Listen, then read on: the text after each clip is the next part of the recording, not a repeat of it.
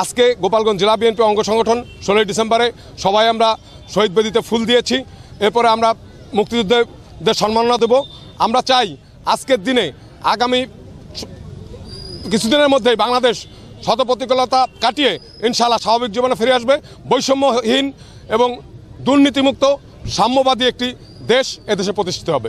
এর পরে মুক্তিযোদ্ধারা তাদের প্রকৃত সম্মান পাচ্ছে এবং মুক্তিযোদ্ধারা বরং ভীতু এবং ভুয়া মুক্তিযোদ্ধা দ্বারা এই ফ্যাসিস্ট সরকার যে পরিমাণ ভুয়া মুক্তিযোদ্ধা করেছিলেন তারাই বরং এখন ভয় পাচ্ছে যে আজকের এই সময়ে এসে এখন নতুন বৈষম্যবিহীন বাংলাদেশে এই ভুয়া মুক্তিযোদ্ধারা কি করবে তারাই শুধুমাত্র ভয় পাচ্ছে। প্রকৃত মুক্তিযোদ্ধা কখনোই ভয় পায় না।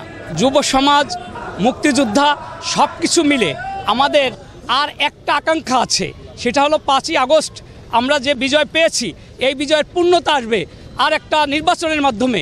যারা নির্বাচিত হবে গণতন্ত্র প্রতিষ্ঠিত হবে এবং সেই নির্বাচন শেষে গণতান্ত্রিক সরকার প্রতিষ্ঠিত হয়ে বৈষম্যবিহীন একটা দেশ গড়বে, ওই প্রত্যাশা আমরা সবাই করি।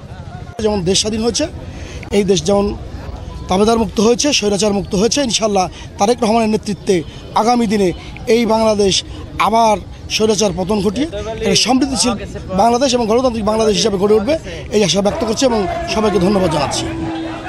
এক রক্তক্ষয়ী যুদ্ধের মাধ্যমে আমরা 16ই ডিসেম্বর এই বিজয় দিবস অর্জন করেছি।